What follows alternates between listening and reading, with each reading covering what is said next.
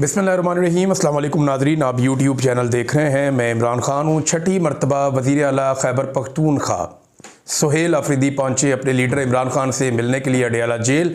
उनके पास अदालती अहकामात थे और अदालत ने यह ऑर्डर दिया हुआ था कि अदालती अहकामात के मुताबिक इनकी मुलाकात करवाई जाए इमरान खान से जेल में।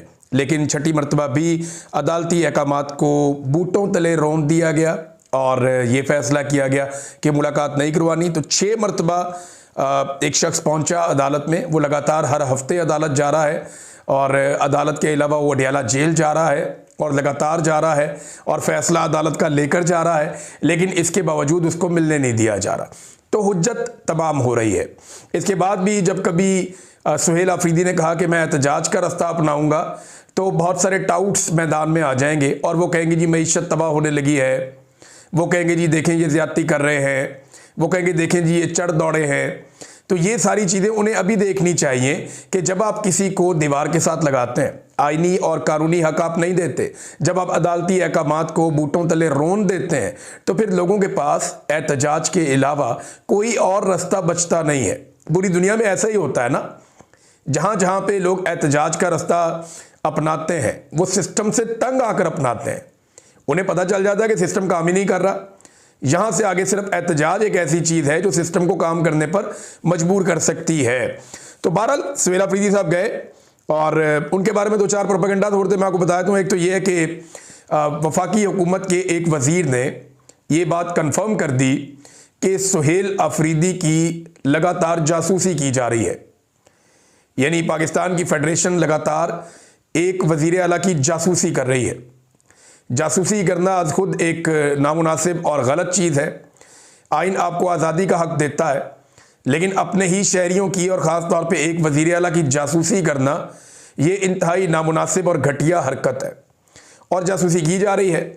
ये फेडरेशन को कमज़ोर करने की एक साजिश तो हो सकती है, लेकिन ये पाकिस्तान को मजबूत करने का कोई काम नहीं हो सकता।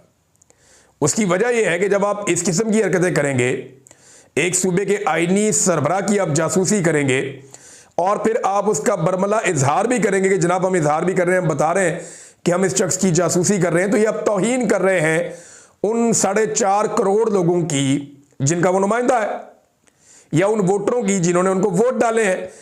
ये तो लोगों ने एतमाद किया उनके ऊपर। आप होते कौन है जासूसी करने वाले? तो पाकिस्तान को कमज़ोर करने की साजिश है और ये कुछ नहीं है। एक सवाल पूछा गया वहाँ पे सुहेल अफरीदी से कि जनाब आप इतना रिएक्शन क्यों देते हैं, इससे तो बात बढ़ जाएगी। तो रिएक्शन जो है वो हमेशा एक्शन का होता है। तो इस पे सुहेल अफरीदी साहब ने बड़ा अच्छा जवाब दिया। उन्होंने कहा जी देखें, फिर इसीलिए तो मैं कहता हूँ कि एक्शन बंद कर दें, जो गलत एक्शन लिए जा रहे हैं उन्हें बंद कर दें ताकि हमारी जानिब से रिएक्शन ना आए। और देखिए अभी भी सुहेल अफरीदी ना थोड़ा बैक फुट पर रहकर चीज़ें कर रहे हैं। अभी भी वो मौका दे रहे हैं मौजूदा निज़ाम को कि सुधर जाओ। मिसाल के तौर पे ये जो एक FIR सुहेल अफरीदी पर करवाई गई, सुहेल अफरीदी ने उसे नो बॉल पर फुल टॉस करार दिया। उन्होंने कहा जी इन्होंने मुझे नो बॉल के ऊपर फुल टॉस दे दिया, मैं चाहूँ तो इसी FIR में इनकी दुर्गत बन सकती है, क्योंकि मामला तो बड़ा सादा सादा है ना। वो कहे आओ चलो मैं तुम्हें मस्जिद दिखाता हूँ चल के। वज़ीर आला FIA की टीम को ले और लेकर चला जाए वहाँ पर, मकामी लोगों को इकट्ठा करे और देखो जी FIA को बताओगे यहाँ पर क्या हुआ था। FIA के अफसरान के सामने बंदे लाकर पेश करें जो बताएं जनाब कि कुत्ते वाली स्टोरी क्या थी और मसाजिद पे कब्जे वाली स्टोरी क्या थी और मकामी लोग किस वजह से एहतजाज कर रहे थे। तो ये बात का बतंगड़ बन जाएगा और बात फिर काबू से निकल जाएगी। लेकिन सुहेल अफरीदी ने कहा जी हम इसको क्वाश करना चाह रहे हैं। यानी मेरी ज़ाती राय थी कि FIA को सुहेल अफरीदी अगर बुलाते और बुला के उनको इंटरव्यू देते और उनको फंसा लेते, बांध लेते और उन्हें कहते जी ये बंदे इनके भी इंटरव्यूज़ कर लो ज़रा जाके, और कहते जनाब कि इन बंदों से भी पूछो कि इन्होंने क्या देखा और क्या हुआ, तो FIA भी फंस जाती है, हुकूमत भी फंस जाती है। लेकिन वो यहाँ पे ऐसा लगता है कि उन्होंने मौका दिया और ये जो नो बॉल पे फुल टॉस थी, इस पे शॉट लगाने से सुहेल अफरीदी साहब ने गुरेज किया। एक और बड़ी अफसोसनाक चीज़ हुई नाज़रीन, ये बहुत ही तकलीफदेह चीज़ है। देखिए ये जो खैबर पख्तूनख्वा में जरगा बुलाया गया था ना, ये हुकूमत ने बुलाया था और स्पीकर ने बाकायदा सबको इकट्ठा किया था। एक मुल्क के अंदर ना अलग अलग तरह के लोग रहते हैं, अलग अलग शनाख्त के लोग रहते हैं, उनकी अलग अलग सोच होती है और किसी भी जमहूरी मुल्क में इस बात की इजाज़त होती है कि आप अपनी अपनी सोच के मुताबिक अपनी ज़िंदगी गुजार सकते हैं। चंद चीज़ें जिनको आप नहीं छेड़ सकते वो आइन के अंदर दर्ज होती हैं। मिसाल के तौर पे आप पाकिस्तान की नज़रियाती असास के ख़िलाफ़ नहीं जा सकते। आप यहाँ पे मजहबी रवादारी आपको रखनी पड़ेगी। चंद चीज़ें होती हैं जो आपकी लिमिट्स हैं, उनको आप क्रॉस नहीं करते। उसके अलावा आप अपना कोई भी नज़रिया रख सकते हैं। आप किसी भी पॉलिटिकल लीडर को अच्छा या बुरा कह सकते हैं। तारीखी वाक़यात और हक़ाइक़ को आप अपनी मर्ज़ी से बयान कर सकते हैं कि जनाब मुझे लगता है वो ऐसे नहीं ऐसे हुआ था। ये डेमोक्रेसी में इसकी इजाज़त होती है, दुनिया भर के ममालिक में इजाज़त है। हर तरह की डिबेट होती है पूरी दुनिया में। अब ये डिबेट के लिए जब बुलाया गया जरगा में, तो पीटीएम के जो 2 लोग वहाँ पे आए थे वो कौमी तराने पर खड़े नहीं हुए। मुझे ज़ाती तौर पे इस पे अफसोस हुआ। यानी हम पूरी दुनिया में जाते हैं, आज भी अभी मैं यहाँ से जाऊँगा, एक प्रोग्राम होगा वहाँ, स्पेशली मैंने उन्हें कहा कि जैसे ही नाते रसूल मकबूल सल्लल्लाहु अलैहि वसल्लम हो तो आपने उसके बाद कौमी तराना पाकिस्तान का जो है वो चलाना है। उससे हमें बड़ी एनर्जी मिलती है, तो अच्छा लगता है, हम सारे खड़े हो जाते हैं।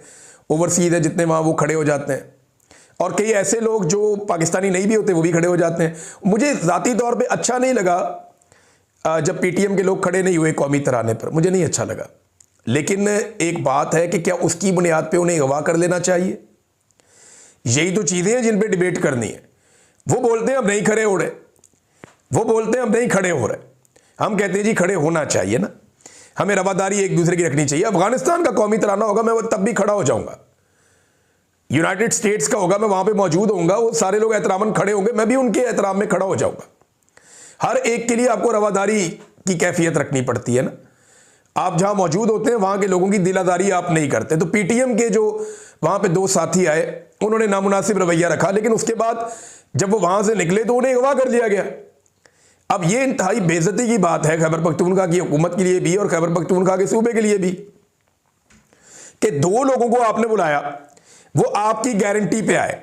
यानी जब वो आए जरगे में तो उन लोगों को तो पता है कि उनके साथ पीटीएम के लोगों के साथ हालात बड़े सख्त रहते हैं, इन्हें गिरफ्तार भी कर दिया जाता है, वो बेचारे छुपे रहते हैं, उनके अलग अलग मामलात हैं। कुछ लोग उनके मंजर आम पे रहते हैं, कुछ नहीं रह पाते। उनके कुछ लोग जो हैं माजी में मारे भी गए हैं, और कुछ लोग जो हैं वो बड़ी सख्तियां और मुश्किलात बर्दाश्त भी करते रहे हैं। अली वज़ीर उनमें से एक है। अब ये लोग जो पीटीएम के आए, ये वहाँ से जरगे से जब निकले तो इन्हें अगवा कर लिया गया। अब वो गायब है, उनका पता कुछ नहीं है। और ये सुहेल अफरीदी साहब ने भी कहा, गुलज़फ़र खान साहब ने भी कहा, ये नामुनासिब रवैया है, वो हमारे मेहमान थे। देखिए, जब आप जरगे में किसी को बुलाते हैं ना, तो आप मामलात को हल करने के लिए बुलाते हैं, आप इख्तलाफात को ख़त्म करने के लिए बुलाते हैं, आप एक मुश्तरका लाएअमल बनाने के लिए बुलाते हैं। अब वो एक लाएअमल बनाने के लिए आए थे, आज नहीं तो कल वो हमारी बात पे आ जाएंगे, कुछ हम उनकी मान लेंगे, कुछ वो हमारी मान लेंगे, कुछ इंसाफ उनको फराहम कर दिया जाएगा, कुछ वो रियासत के करीब आ जाएंगे। उम्मीद तो ये रखनी चाहिए ना हमेशा, और पॉलिटिकल लोग यही करते हैं। लेकिन जिसके पास डंडा हो, ताकत हो, बंदूक हो, वो कहता है उठाओ, गायब करो, मारो, कत्ल करो। तो इस तरह तो मुल्क नहीं चलता ना।